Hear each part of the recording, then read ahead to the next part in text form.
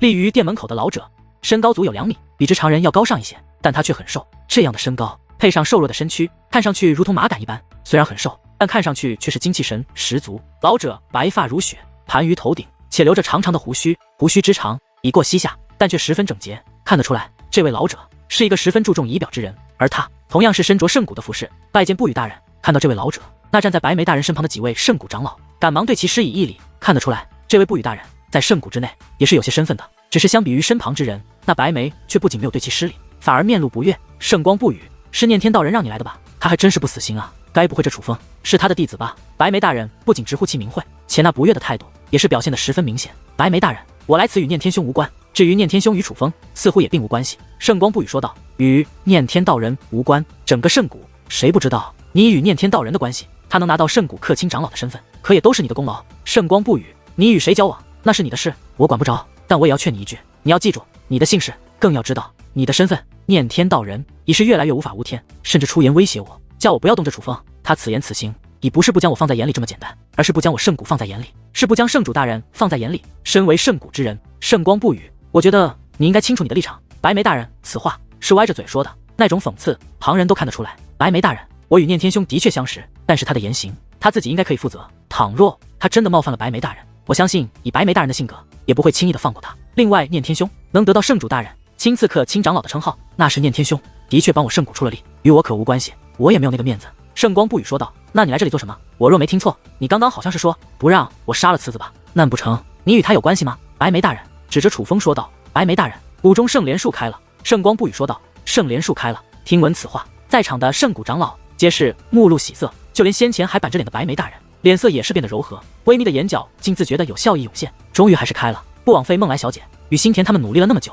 白眉大人抚摸着胡须，脸上的笑意也是越来越明显。机不可失，时不再来，圣莲树开的不易，如今圣主大人不在，我就做主了，快叫梦来小姐与新田他们尽快进去修炼吧。白眉大人对圣光不语说道，可能是因为高兴，就连他对圣光不语的态度也是好转了不少，不再如先前那般针锋相对。白眉大人，那谷中圣莲树可是在楚风来了之后才开的。圣光不语说道，他此话一出，那些长老面面相窥，而白眉大人则是眉头微皱，你这是什么意思？白眉大人问道。白眉大人，你应该知道谷中圣莲树是有灵性的，在我谷中一直有这样的传闻，唯有天赋异禀之辈出现，才能让谷中圣莲树打开。上一次让谷中圣莲树打开的还是圣主大人的那位闭门弟子，按理来说早就到了谷中圣莲树再度打开的时候了。而梦来小姐等人为了让谷中圣莲树打开，一直在用圣莲树的果实修炼，但修炼那么久却始终没有打开，偏偏在楚风来了之后才打开。你不觉得这并非偶然吗？圣光不语说道，笑话，你是想说是谷中圣莲树感应到了这楚风的天赋，所以才打开了？我圣谷的圣树会因为一个外人而打开？白眉大人一脸的嘲讽。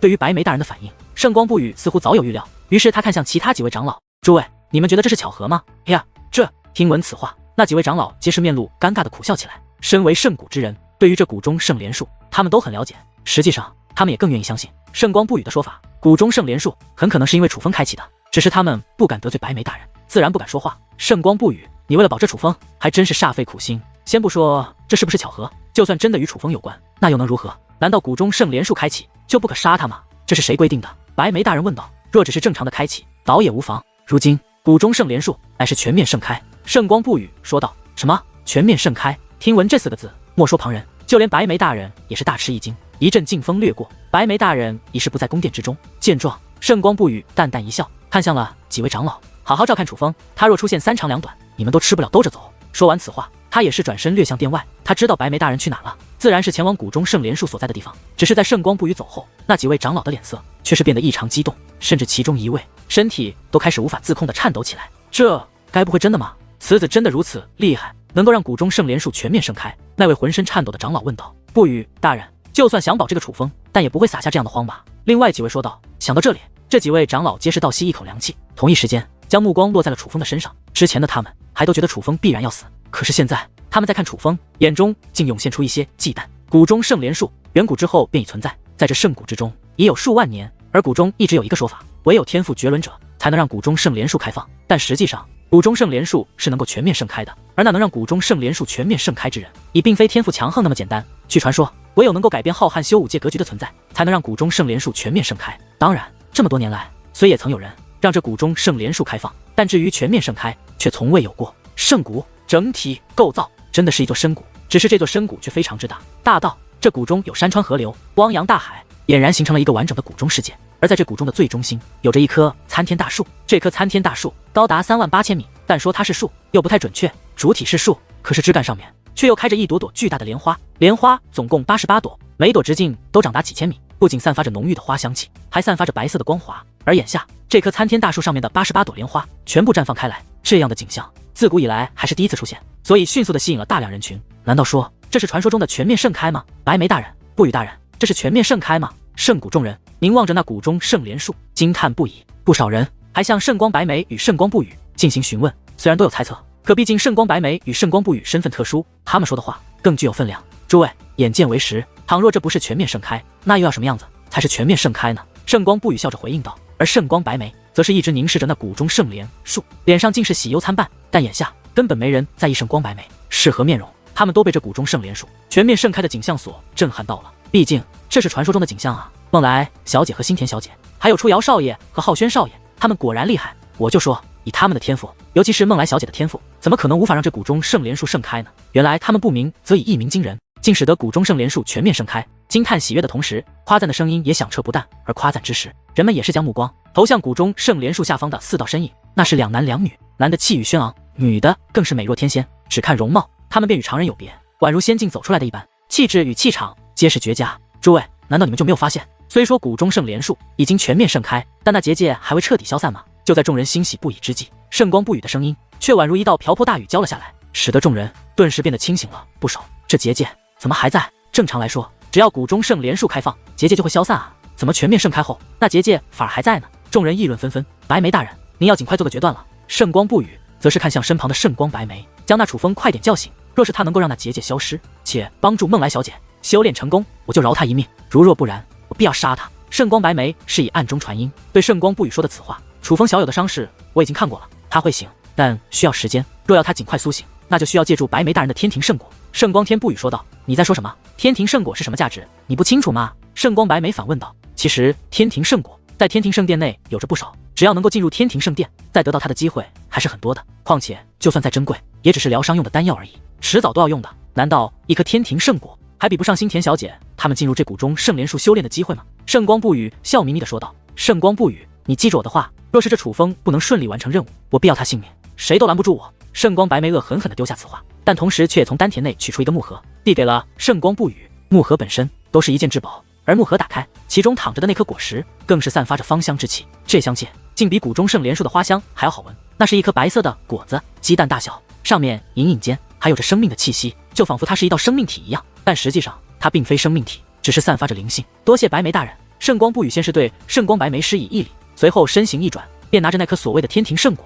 快速地向楚风所在的宫殿飞掠而去。楚风昏昏沉沉，陷入了痛苦世界，就像是被困在了这里，不仅动弹不得，连眼睛都睁不开，能够感受到的只有火焰燃烧身体般的痛楚，但燃烧的却是他的灵魂，是他的血脉。这种感觉非常难熬，堪比酷刑。直到一道白光涌入世界，楚风才感觉身上的锁链得以挣脱，不仅身上的疼痛之感开始减缓，楚风也终于恢复了意识。楚风猛然坐起身来，只是看到周围的站立的人，楚风就知道他来到了哪里，他已经被抓到了圣谷之中。楚风，你醒了，你怎么样？当楚风苏醒的那一刻，一道紧张的声音便落入楚风的耳帘：“是雨莎，我没事。”楚风回应道：“怎么会这样？明明之前在密阵之中修炼，并无大碍，怎么这一次感觉你的身体如此虚弱？”雨莎问道：“那修炼密阵的力量还是挺强的，毕竟是圣光玄烨那老东西，准备了那么多年。”楚风笑着对雨莎回应道，虽然他的语气是在安抚雨莎，可是他的心中却也升起了一种不妙的感觉。他早就知道天雷九重斩的第2斩对身体的反噬会远超第1斩，之前从圣光天族抢来的修炼密阵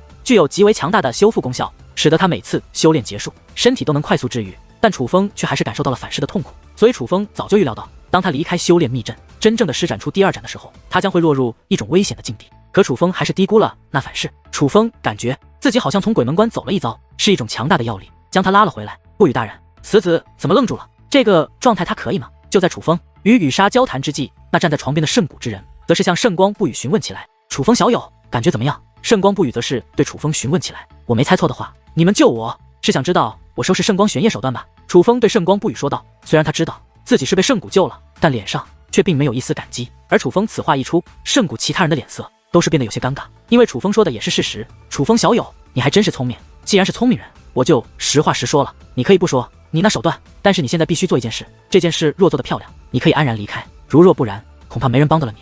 圣光不语也不拖泥带水，一口气将楚风需要做的事情全部告知了楚风。只是他所说的与事实却是有了一些偏差。圣谷已经发现谷中圣莲术是因楚风而开启，没有楚风是无法进入其中的。这也是为何明明圣光白眉如此敌视楚风，却也为了能将楚风快点唤醒，舍得将他珍藏的天庭圣果拿出来的原因。但是圣光不语并没有实话实说，他并没有说谷中圣莲术必须有楚风才能进入，而是说他圣谷修炼圣地已经开启，但这修炼圣地有一个特殊的要求，每次开启必须要有一个非圣谷的小辈一同踏入才行。平时圣谷会去邀请外界的小辈，但是这次刚好楚风在，便让楚风一同进去。之所以这样讲，其实也是圣光白眉的意思。圣光白眉并不希望楚风知道谷中圣莲术是因楚风而全面盛开，他怕这件事传出去影响他圣谷的名声。而圣谷交给楚风的任务很简单，就是与圣谷的天才同行。当然他们也不可能就这样把楚风放进去，不然楚风这样的危险人物与圣谷小辈同行，等于是将狼入羊群。所以出发之前，他们特意运用至宝打入楚风的灵魂之中，将楚风的修为封印。封印楚风修为之时，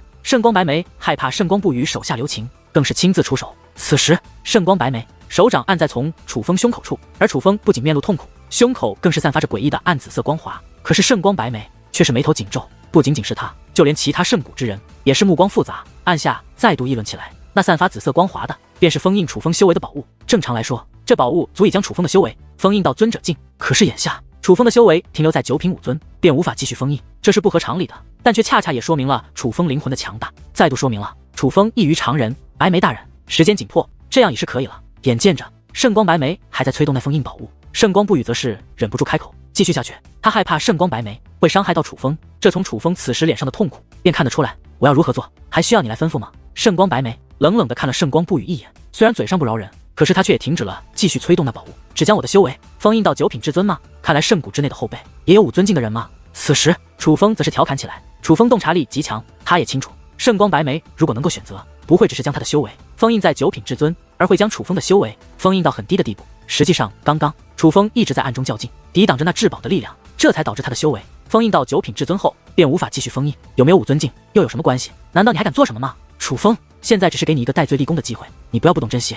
圣光白眉用那凌厉的目光看向楚风，楚风淡淡一笑，他没有继续挖苦圣光白眉。随后圣光白眉与圣光不语便带着楚风来到了谷中圣莲术所在的地方。谷中圣莲术仍是全面盛开的状态，只是聚集在圣光圣莲术的人却已是非常之少，圣谷的大部分人都被遣散了，留下来的都是有资格进入圣谷圣莲术修炼的人，总共有着99人。之所以是99人，是因为谷中圣莲术是有人数要求的，每次开放只能有100个小辈进入，如果进入的太多，谷中圣莲术内便不会释放出可以修炼的力量。而眼下圣谷小辈算上楚风则刚好100人，楚风与圣光白眉和圣光不语一同到来，又是一个外人，自然吸引了在场之人的目光。至于楚风则是被4个人所吸引，那是2男2女，这2男2女没有隐藏修为，他们都是5尊境。而来到此处后，圣光不语也是为楚风介绍起这些人的名字。身材高挑，皮肤偏黑的男子名为圣光初瑶，他的修为在2品5尊境，此人态度和善，是在场不多。得知楚风身份时，对楚风抱拳施礼，且面带笑意的人。第2名5尊境的是一个皮肤偏白的男子，相比于圣光初瑶，他的面容更是俊俏，而他名为圣光浩轩，与圣光初瑶一样，同样是2品5尊，只是相比于态度和善的圣光初瑶，这圣光浩轩则是态度冷漠，甚至可以说他恨不得用鼻孔看楚风，脸扬的那叫一个高。第3位是一名女子，这名女子肤白如雪，稚嫩如玉，阳光照耀下，楚风甚至觉得这个女子的肌肤在发光，尤其是那一双大长腿更是引人注目。不仅如此，她的胸前也很傲人，只说身材与皮肤，这女子简直无敌，丝毫不比苏柔差。至于五官，其实也很好看，只是却给人一种拒人千里之外的冷漠感。而这名女子名为圣光梦来，她的修为乃是3品5尊，第4个5尊境的同样是一名女子，名为圣光心田。这圣光心田同样皮肤白嫩，可能因为较为开放，所以她一双美腿露出的部分比那圣光梦来要多了不少，所以看她的腿可比看圣光梦来的带感。莫说楚风，就连圣谷的小辈目光也是不停地在这圣光心田的腿上偷偷的扫过。值得一提的是，圣光心田的长相较为甜美，不像圣光梦来那样冷漠，看着倒是更为舒服。只是这圣光心田的胸相比于圣光梦来可就小了不少，也不能说他发育的不好，只能说圣光梦来太过傲人。喂，小崽子，你在那里比较什么呢？一道不悦的声音突然响起，正是圣光心田。他显然发现楚风的目光在盯着什么看，所以一双美眸之中流露出的乃是满满怒意。不好意思，男人本性，男人本性。楚风尴尬的挠了挠头，男人本性，你倒是真敢说，你信不信？再敢乱看，我就把你的眼睛挖出来。又有一道满是威胁的声音响起，是那圣光浩轩，他可不是在吓唬楚风，只是他那恶狠狠的眼神就能看出他对楚风的不爽。只是对于圣光浩轩的威胁，楚风却是不屑的一笑：“这位兄台，这就是你的不对了。我看你刚才的眼神，在这2位姑娘的身上可没少停留，那看得比谁都久。怎么，许你看就不许我看？你在这跟我玩，肥水不流外人田呢？”楚风讽刺的说道：“你胡说八道！你再敢胡说八道，我就撕烂你的嘴！”圣光浩轩指着怒声呵斥起来，但脸上却有着难以掩饰的尴尬。怎么，大丈夫敢做不敢当啊？楚风不以为然，反而一脸的讥笑，且看向在场的其他男子，爱美之心，人皆有之。看看怎么了？看看又不犯法，敢做就要敢当啊！诸位，你们说我说的对不对？那些男子被楚风这样一看，要么转头，要么低头，没有人敢正视楚风的目光。他们是心虚了，毕竟刚刚认真观察圣光梦来与圣光心田的，也有他们一份。行了，行了，看看怎么了？我也喜欢看啊，美的事物谁不喜欢？就在此时，圣光不语开口了。当然，他是以玩笑的语气说的，大家都知道他是在化解此时的局面，所以不仅没人说什么，许多小辈还嘿嘿的笑了起来。行了，我强调一下，你们接下来可是要同行的伙伴，缺一不可。楚风小友虽并非我圣谷之人，但他是我圣谷的客人，你们可要和平相处，拌拌嘴也就算了，可切勿真的动手，听到了没有？圣光不语对圣光浩轩说道。知道了，不语大人。圣光不语在圣谷之内也是有些地位。他一番话说完，莫说圣光浩轩照做，就连冷漠的圣光梦来等人也是开口应下。只是虽然嘴上应下，但圣光浩轩心中却是极为不爽。身为圣谷之人，他觉得圣谷之外的人都是低人一等的奴隶，连给他们提鞋的资格都没有。可现在有这样一个奴隶，不仅看他圣谷的圣女及美人，并且还如此的光明正大，这让他怎么能忍？但是他心中也清楚，没有楚风，他们是进不去这谷中圣莲树的。何况圣光不语明显不希望他教训楚风，所以他只能选择隐忍。浩轩若能顺利进入，便找机会除掉这楚风。就在此时，一道暗中传音映入圣光浩轩耳帘。听到这个暗中传音，圣光浩轩赶忙看向圣光白眉，而看到圣光白眉的眼神后，圣光浩轩内心大喜。这暗中传音者正是来自圣光白眉。圣光白眉在圣谷内乃是圣主之下的最强2人之一，圣主不在的时候，他在圣谷之内说的话便最有分量的人之一。如今圣光白眉给他下达指令，说是圣旨也不为过。你叫楚风是吧？刚才的事就不与你计较了，但进去以后，你乖乖的跟着我们，不要乱走。如若不然，你出现什么3长2短，可别怪我。圣光浩轩对楚风说道：“浩轩少爷，谷中圣莲树只是修炼之地，并无危险可言。只要你们和平相处，便不可能有凶险降临。”就在此时，圣光不语却是开口了。他看似正常说话，可实际上却是在提醒圣光浩轩不要对楚风轻举妄动，因为他很清楚谷中圣莲树是没有凶险存在的。哟，这样说来是在威胁我。楚风对圣光浩轩说道：“威胁？你有我威胁的资格吗？我只是提醒你，乡巴佬。”圣光浩轩对楚风说道：“我也提醒你一句，祸从口出，对我说话你注意一点。”楚风说道：“你个乡巴佬，居然敢威胁我，我看你是欠揍。”圣光浩轩面露不悦，那个架势，楚风再敢出言不逊，他怕是连圣光不语的面子都要不给。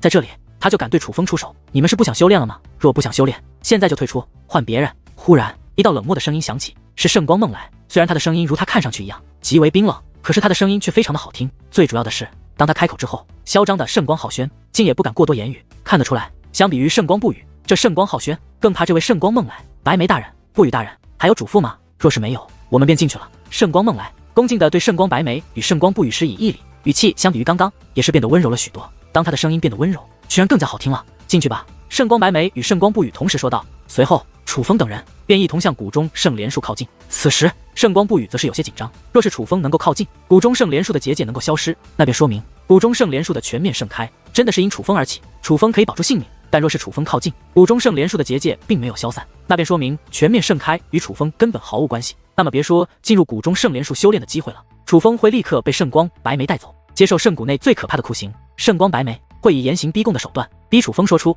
那对付圣光玄烨的到底是什么技法，楚风的下场将极为凄惨。然而当楚风他们靠近之后，谷中圣莲树的结界不仅消失，还有一道光华自谷中圣莲树的中心照耀而出，笼罩了楚风等人。好奇特的一幕，这便是全面盛开的待遇吗？被光芒笼罩，就连圣光心田以及圣光浩轩等人也是面露欣喜。虽说这是他们第一次踏入谷中圣莲树，可是关于谷中圣莲树，他们却早就了解。平日离谷中圣莲树开启后，可是没有这样的待遇的。可突然之间，那自谷中圣莲树映射出的光芒开始收缩，最终汇集在了楚风的身上。那光芒原本覆盖靠近谷中圣莲树的100名小辈，可眼下那光芒却只落在了楚风一人的身上。楚风自然而然也是成为了全场最受瞩目的焦点。见此一幕，圣光白眉何止眉头紧锁，袖袍之下双拳都是暗暗握紧，而圣光不语则是面露喜色。如果说之前只是猜测，那么现在谷中圣莲树已是给出了明确答案。这股中圣莲树的全面盛开，的确是因楚风而开启。哟，看来这个修炼圣地比某些人懂礼貌啊，至少还知道给我这个客人来一个特殊的礼遇。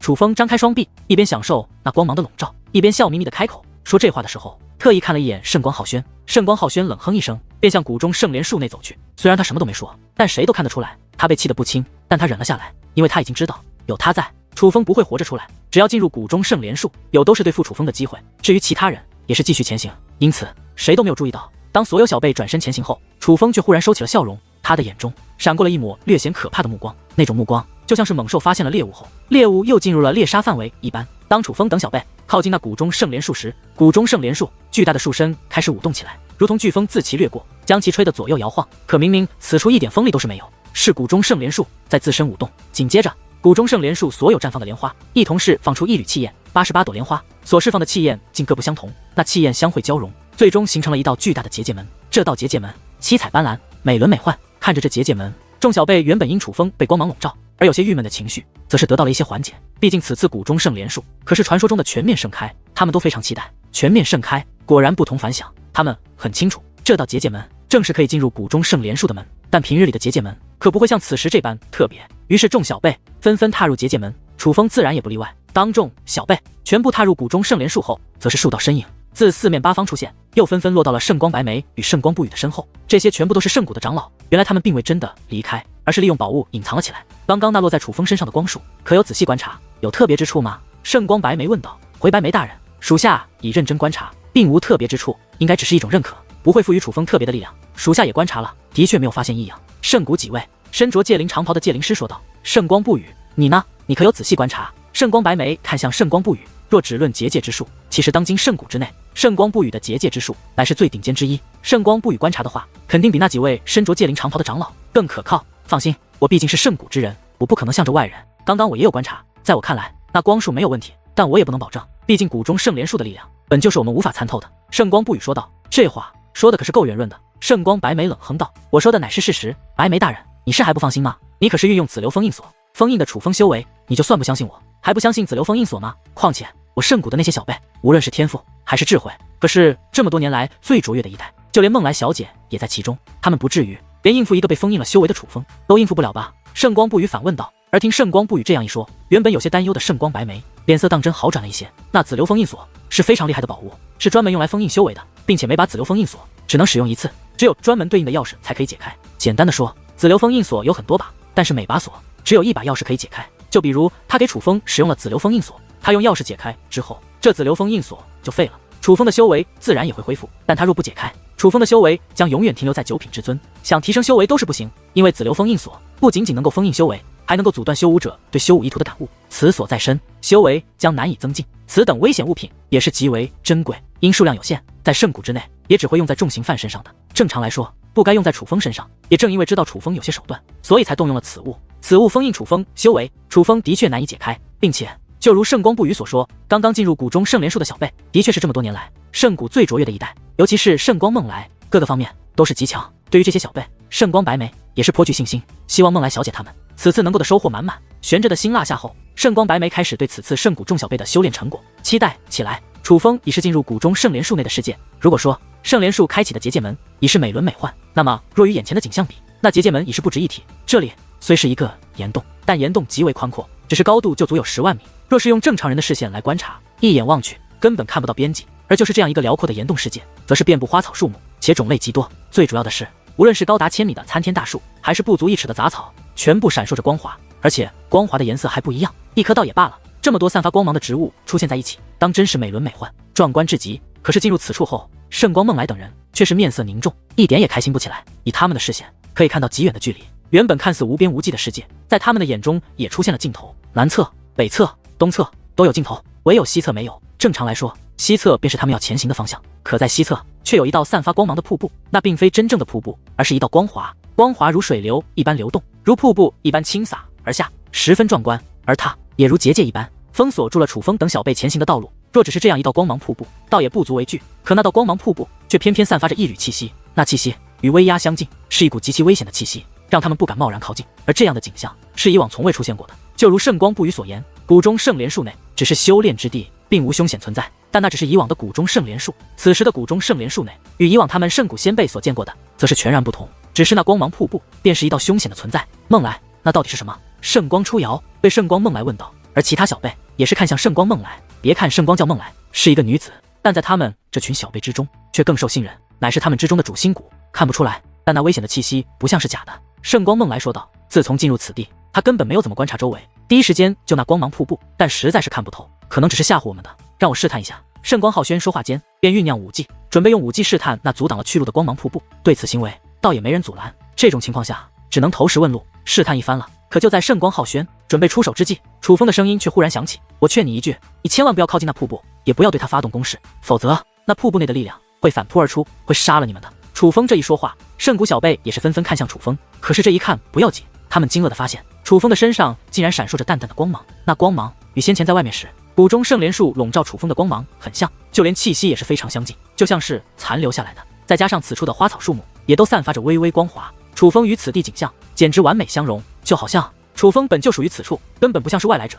他们不得不承认，此时的楚风是如此的令人瞩目，如此的与众不同。楚风兄弟，你的身上这光是怎么回事？圣光出瑶对楚风询问道。什么光呀？你不说我都没注意到。楚风起初也是有些不解，看向自己的身体，才恍然大悟，这应该是刚刚笼罩我们的光留在我身上的吧。我说，我怎么踏入此处后，便感觉我的脑子里出现了一些关于这谷中圣莲树的线索，想必是这道光芒带给我的吧。难怪刚刚在外面那光束最终只落在了我的身上，我本来以为只是礼节，看来并没那么简单。楚风一边欣喜地打量自己身上的光芒，一边自顾自地说道，楚风兄弟，你知道关于此处的线索，这么说来，你知道我们该怎么做？圣光出瑶面露喜色，就像是迷路之际发现了离开的道路一般高兴。后面的我也不知道，但是眼下的倒是清楚，那是一道阵法，需要有人去破解才行，但是绝对不能贸然发动进攻，也不能贸然靠近。我得到的提示是，需要有一个人去破解此阵，若是没有猜错的话，要去破解此阵的人便是我了。楚风看着那拦住去路的光芒瀑布说道，笑话，我们圣谷最顶尖的后辈都在这里，就算破阵也轮不到你吧，况且我们为什么要听你的？你算什么东西？圣光浩轩一脸不屑地看着楚风，他早就想教训楚风了，只是没找到合适的机会。现在楚风竟然说出这样的大话，他自然不能放过楚风。我只是友善提醒你，若不信，你就试试。对了，你刚刚不是想用武力破解吗？你现在去破解吧。当然，你若是死了，可别怪我。楚风对圣光浩轩说道，我想破就破，不想破就破，小爷用得着你来指示吗？你算什么东西？不过是个乡巴佬罢了。圣光浩轩明显有些怂了，他虽然不服楚风，但却也不想拿自己的生命去尝试，就连刚刚酝酿好的力量都直接化解开来。显然他是一个贪生怕死之人，而为了掩饰自己的恐惧，则是开始疯狂的羞辱楚风。对于圣光浩轩的羞辱，楚风虽不生气，可却也不会任他羞辱。但楚风刚要开口反击，却又另外一道声音响起，圣光浩轩，你住口！你怎能如此无礼？难道你不知道来者是客吗？这呵斥之人竟是圣光梦来。梦来，我圣光浩轩明显惧怕圣光梦来，但却也因圣光梦来替楚风说话而感到不悦。当然他的不悦可不敢展示给圣光梦来，而是恶狠狠地瞪了楚风一眼。还是这位姑娘懂事，来者是客这个道理，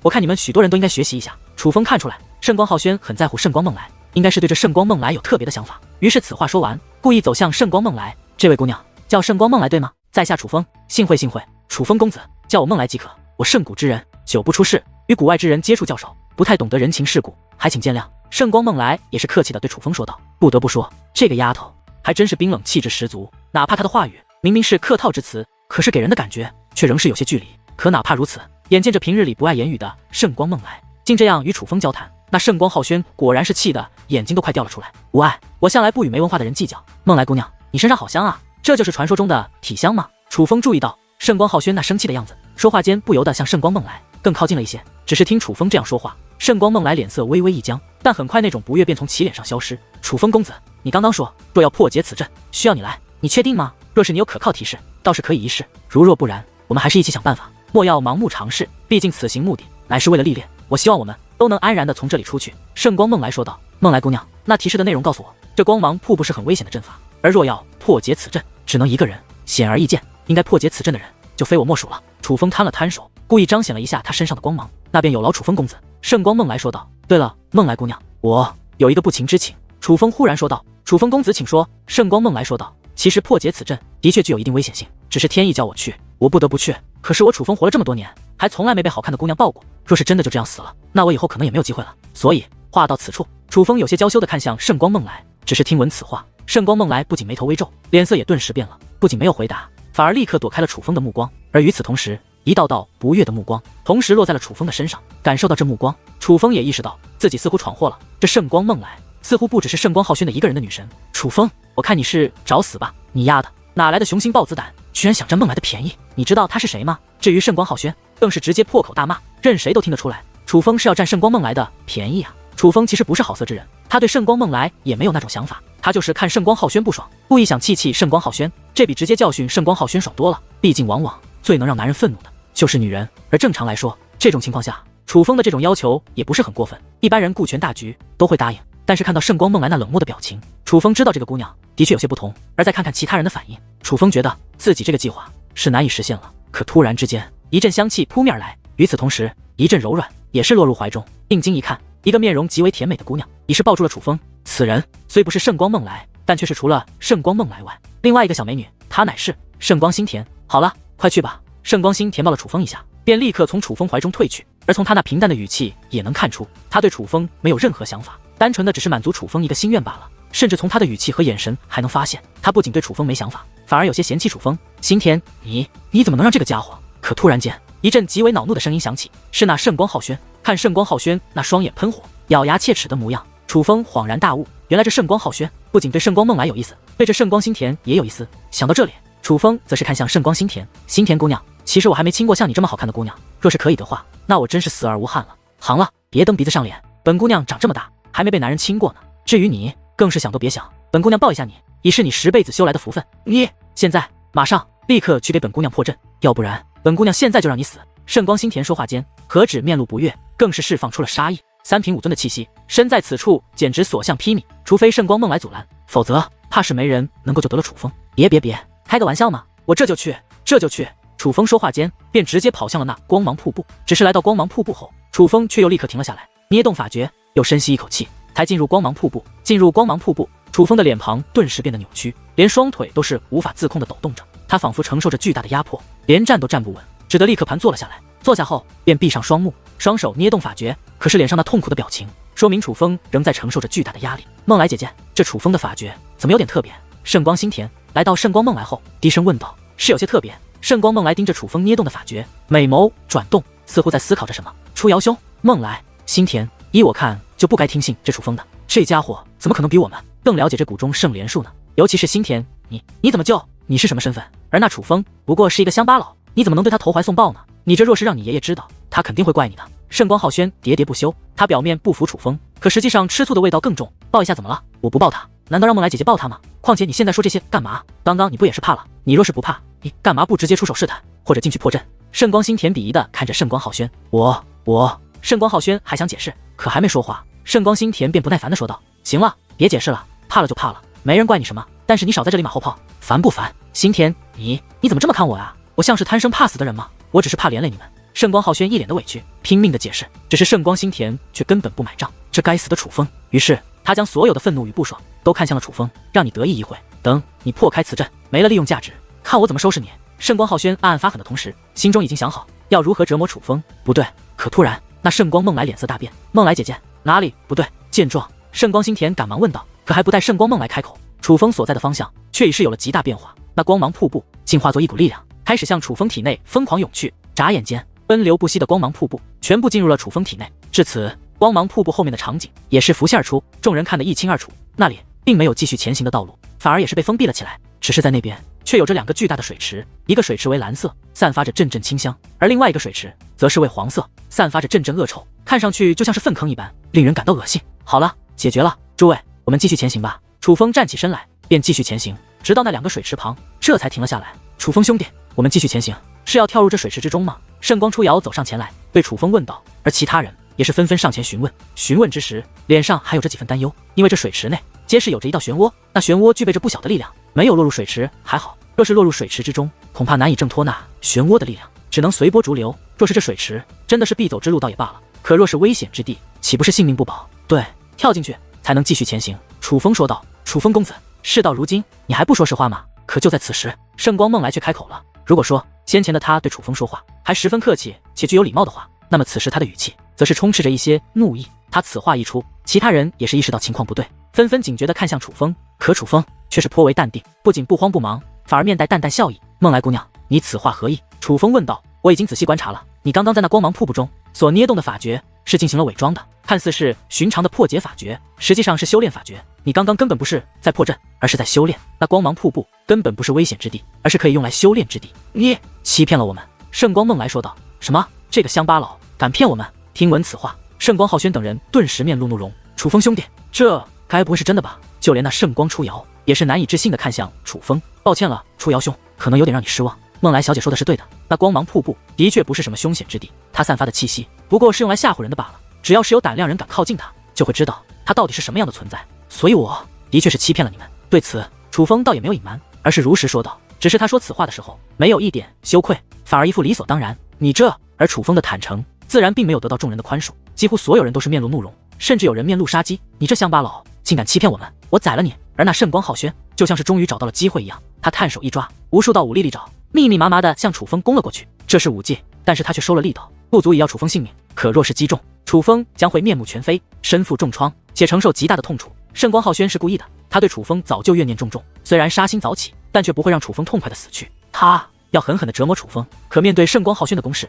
楚风则是淡淡一笑。诡异的一幕发生了，那对楚风攻来的武技竟定在半空之上。见此一幕，众人皆是大惊，而圣光浩轩更是拼命催动，可那自己释放的武技却像是摆脱了自己的控制一般，他竟根本无法催动。就在众人不解之际，那武技忽然调转方向，直奔圣光浩轩而去。这一幕，就连圣光浩轩也是吓得不轻。给我破！眼见不妙，圣光梦来站了出来，他不仅拦在了圣光浩轩身前，更是释放出三品武尊的威压，想要将那武技给破掉。然而他的攻势竟然无效，那武技的力量已经远远超过了圣光浩轩所施展的力量，就连圣光梦来都是无法抵挡。不过那武技却并未攻击圣光梦来，反而是绕过圣光梦来之后，直奔圣光浩轩而去。噗！一切发生的太快，几乎除了圣光梦来和圣光心田外，其他人都没有看清过程。当他们反应过来后，那圣光浩轩已是浑身是血，皮开肉绽的躺在了地上，正在撕心裂肺的哀嚎着：“浩轩少爷，你怎么了？”见此情形，众人自然赶忙上前，想帮其查探伤势。可圣光浩轩却再度惨叫一声，紧接着他就像是被抓住了喉咙一样，提到了半空之中。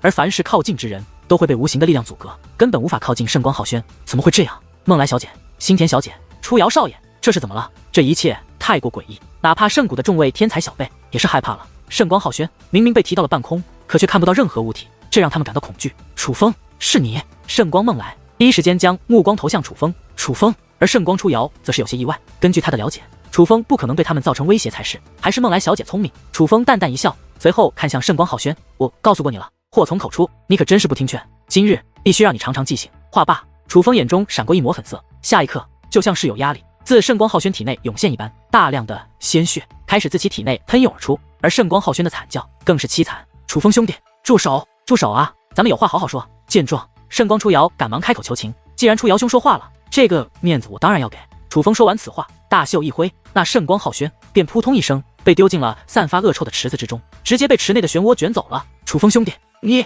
见此情形，圣光初瑶甚是无语。楚风嘴上说是给他面子，可实际上哪里给他留了情面？是那光芒瀑布给予你的力量。圣光梦来则是再度问道。相比于一脸担心的圣谷后辈，他始终较为平静。正是，楚风说道。楚风兄弟，这么说来，你早就知道那瀑布是修炼之地，所以欺骗我们说那里很是凶险，就是避免我们靠近它，好让你来独占其力量。圣光初瑶也是问道。差不多吧，不过其实不是修炼来的力量，而是那瀑布赐予的力量。我可以直接告诉你们，这力量只是暂时的，当然这力量可以帮助我，也可以帮助你们。接下来我们想要继续前行，还都需要依仗这力量，所以我也不是有意独吞这力量，而是觉得这力量集中在我的身上，对我们后面会更有利。楚风说道。楚风兄弟，那你为何不直说，而要欺骗我们？圣光初瑶问道。初瑶兄，你看不出来那圣光浩轩多么针对我吗？我若直接说，别说与你们均摊这力量，怕是进入光芒瀑布的机会都没有。而且他刚刚对我出手，可是散发了杀意的，就算刚刚他不杀我，怕是以后也不会放过我。在这种地方，面对这种威胁，我必须要有自保的手段，如若不然，我还能靠谁呢？难道靠你们吗？我若没记错，刚刚那圣光浩轩对我出手，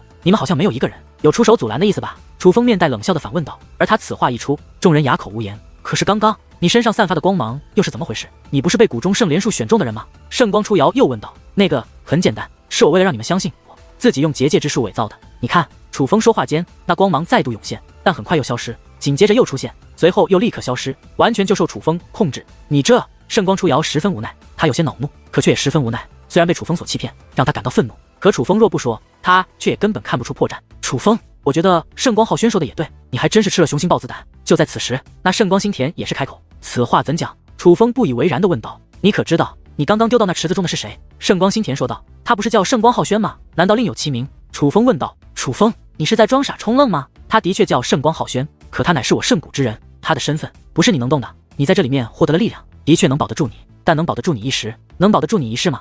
敢对我圣谷之人出手，离开这谷中圣莲树，你就别想好过。那圣光心田以威胁的口气对楚风说道：哟，还敢威胁我？你信不信我将你也丢到那份池之中？楚风此话说完，一股无形的力量便将那圣光心田也提到半空，而且所在的位置刚好是那散发恶臭的黄色池子上方。楚风，放我下来！你知道我谁吗？圣光心田有些慌了，但更多的却是愤怒。堂堂圣光心田，何时遭受如此耻辱？我当然知道你是谁，你不是圣光心田吗？快道歉！若是现在道歉，看在你刚刚主动投怀送抱的份上，我就放了你。楚风一脸戏谑地盯着那在黄色水池上方张牙舞爪的圣光心田，混账东西！我爷爷乃是圣光白眉，你胆敢对我无礼，他必会将你碎尸万段！圣光心田恶狠狠地说道。圣光白眉就是那个白眉老头，他是你爷爷？楚风确定性地问道。没错，我是圣光白眉唯一的一个亲孙女，你敢动我，我爷爷绝对不会放过你。圣光心田说道。原来是这样，哪怕是道歉也没用了。楚风说道。哇，你什么意思？圣光心田双眼发直，就连疯狂挣扎的他此时也不挣扎了，他下意识地感觉到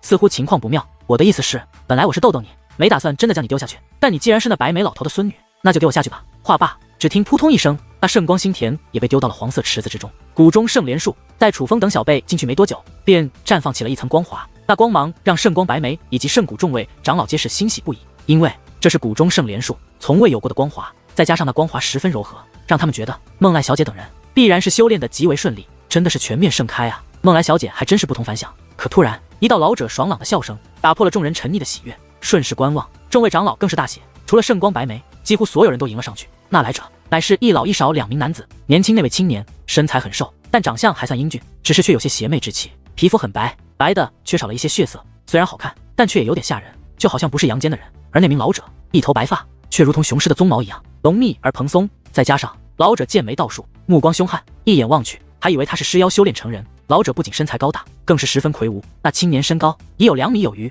算是较高的人族，可在这老者身旁却显得十分矮小，因为这位老者身高至少有9米，再加上其体型壮硕，看上去简直如同巨人一般，有些吓人。尸神大人，千余少爷，你们总算回来了！众人不仅上前迎接，更是一脸狂喜，因为这位尸神大人便是圣谷之内除了圣主之外，身份与实力皆能与圣光白眉平起平坐的存在，他名为圣光尸神。至于那位圣光千余的年轻人，便是圣光尸神的弟子，当然他的身份也同样不同小可，只是这圣光尸神带着圣光千余历练已经走了好久，正常来说早该归来，却迟迟未归，所以这段时间圣谷之人对他们也是颇为担心，如今见他们平安归来，自然十分高兴。尸神大人，你们怎么此去这么久啊？圣光不语关切地问道。别提了，正常来说早该回来了，只是途中出现了一些意外，不过有惊无险，有惊无险，快与我说说，这全面盛开吧。对了，我这弟子还能进去吗？圣光尸神说道。尸神大人，千余少爷怕是不能进去了，因为那结界门已经关闭。圣光不语说道。关闭了吗？就算关闭也可以打开吧，我家千余还是有这个天赋的。圣光尸神有些不服气地说道。其实此次全面盛开并非我圣谷之人触发，而是一个外人。圣光不语说道。外人？听到外人2字，圣光尸神与圣光千余师徒俩皆是一脸的诧异。不语长老，怎么回事？与我说说。圣光尸神好奇地问道。而后圣光不语倒也没有隐瞒，将事情的经过如实地告诉了圣光尸神。竟然有如此奇才出世，现在外界的小辈都这么了不得吗？得知经过，圣光尸神也是一脸惊愕。师尊，我怎么觉得不语长老说的这个人和我们之前遇到的那个这么像啊？圣光千余则是若有所思地说道。你是说在白日星河遇到的那个？圣光尸神问道。对，就是那个。圣光千余说道。不语长老，你快将那触发全面盛开的小子容貌给我看看。圣光尸神赶忙对圣光不语说道。而圣光不语也不怠慢，抬手一挥，便用结界之力将楚风的容貌勾勒了出来。真的是他！看到楚风的样子，圣光尸神与圣光千余师徒俩脸色变得复杂起来。尸神大人，你认得这楚风？圣光不语问道。而圣光白眉也是用那若有所思的目光看着圣光尸神师徒俩。认得，当然认得。不语长老，你刚刚说这楚风是被你们抓回来的？圣光尸神问道。对，是白眉大人抓回来的。圣光不语说道。哎呀，白眉，你闯大祸了！听闻此话，圣光尸神走到圣光白眉身前，狠狠地拍了一下圣光白眉的胳膊。你抽什么风？一个圣光天河的小辈而已，胆敢冒犯我圣谷威严，难道我还抓他？不的。圣光白眉则是有些不悦地说道。一个小辈，你懂个屁！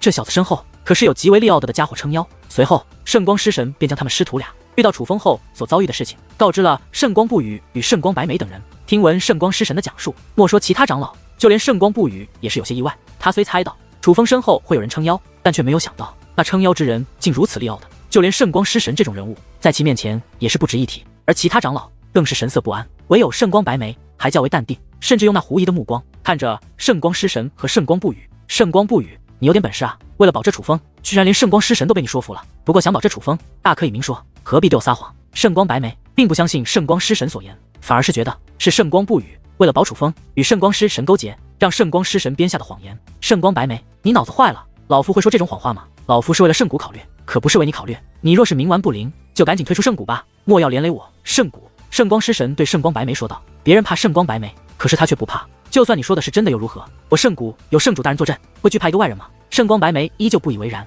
想不到你圣光尸神也有如此胆小的一面。往日里倒是我高看你了，你懂个屁！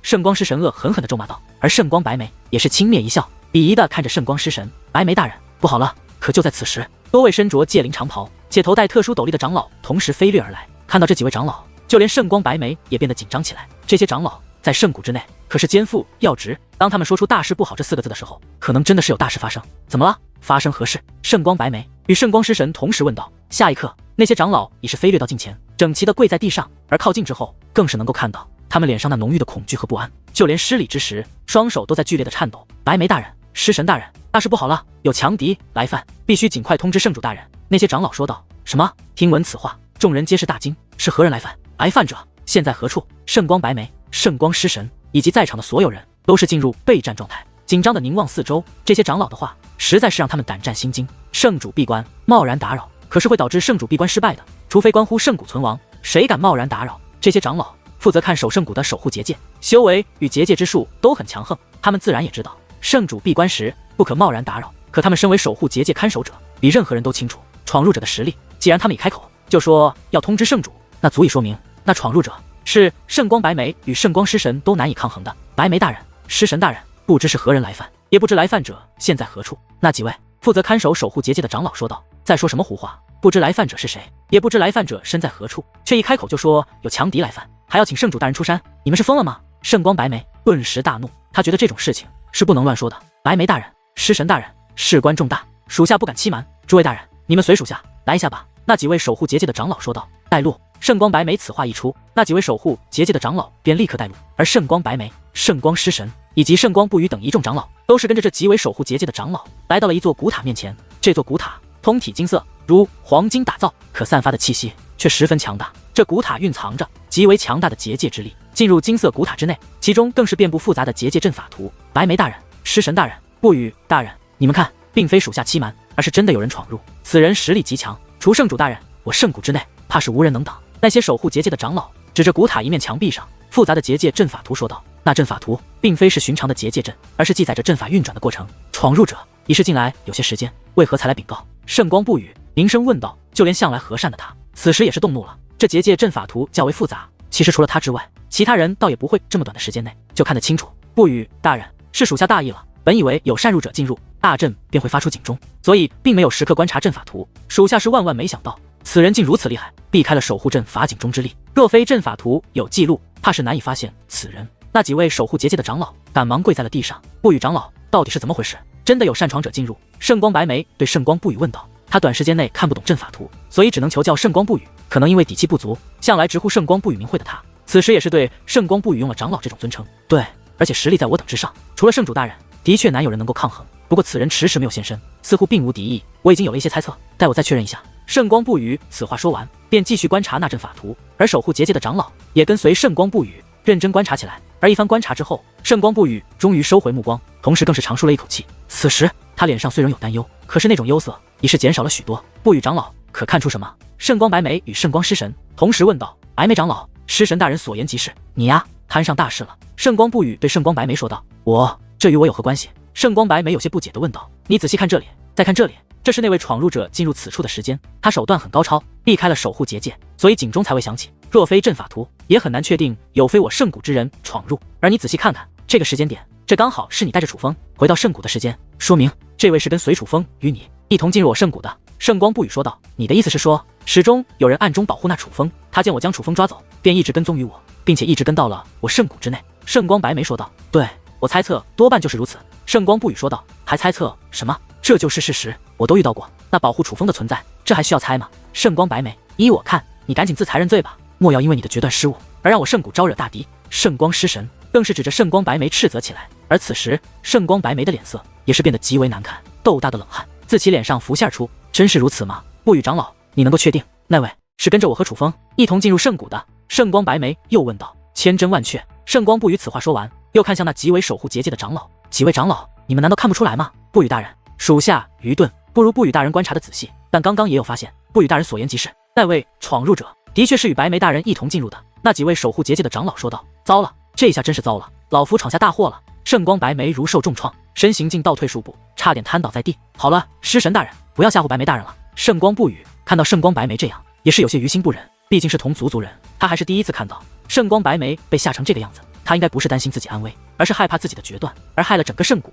白眉大人，你也莫要太过担心，那位若要出手，早就出手了，迟迟没有动手，说明他也不想将事情闹大。依我看，你若对其道歉，此事也许能够化解。圣光不语又对圣光白眉说道：来不及了，来不及了，大祸已经酿下，都是老夫的错。然而圣光白眉却仍是一脸绝望，话罢更是看向塔外，大声说道：这位大人，这都是我圣光白眉一人的错，您若有怒火，便冲着我一个人来吧。这一幕将所有人都是弄得一头雾水。白眉大人到底怎么回事？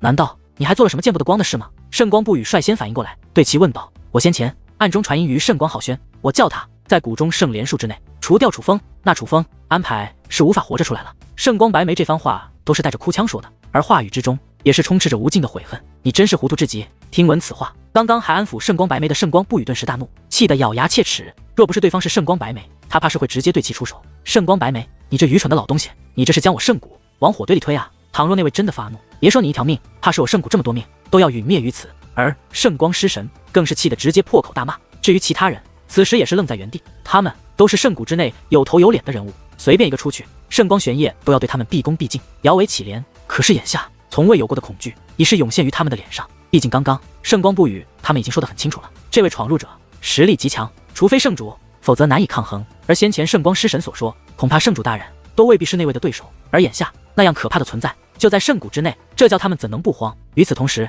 谷中圣莲树之内，圣谷的众小辈皆是面带恐惧的愣在了原地。就在刚刚，他们亲眼见到楚风先是收拾了圣光浩轩，随后又将圣光心田丢入了那如同粪池一般的水池中，并且还是在圣光心田告知自己身份之后，才被楚风丢入其中的。他们看向楚风，十分惊恐。虽是圣谷小辈，可也见过谷外之人，但无一例外，他们见到的谷外之人对他们皆是如同看到神明一般的敬畏。何时见过如同楚风这样的人？可正因第一次见，他们才害怕楚风的无法无天，让他们不敢猖狂，让他们意识到，哪怕身后有圣谷撑腰，可也仍然有人不将他们放在眼中。诸位，别这样看着我啊！你们放心，我楚风很是讲道理的人，你们若乖乖听话，我楚风不会难为你们，更不会伤害你们，我们是可以合作愉快的好盟友。楚风嘿嘿一笑，是那样的人畜无害。可圣谷在场的所有小辈都知道，这个家伙可不像看上去那么简单，毕竟就在刚刚，他们都被这个楚风所欺骗。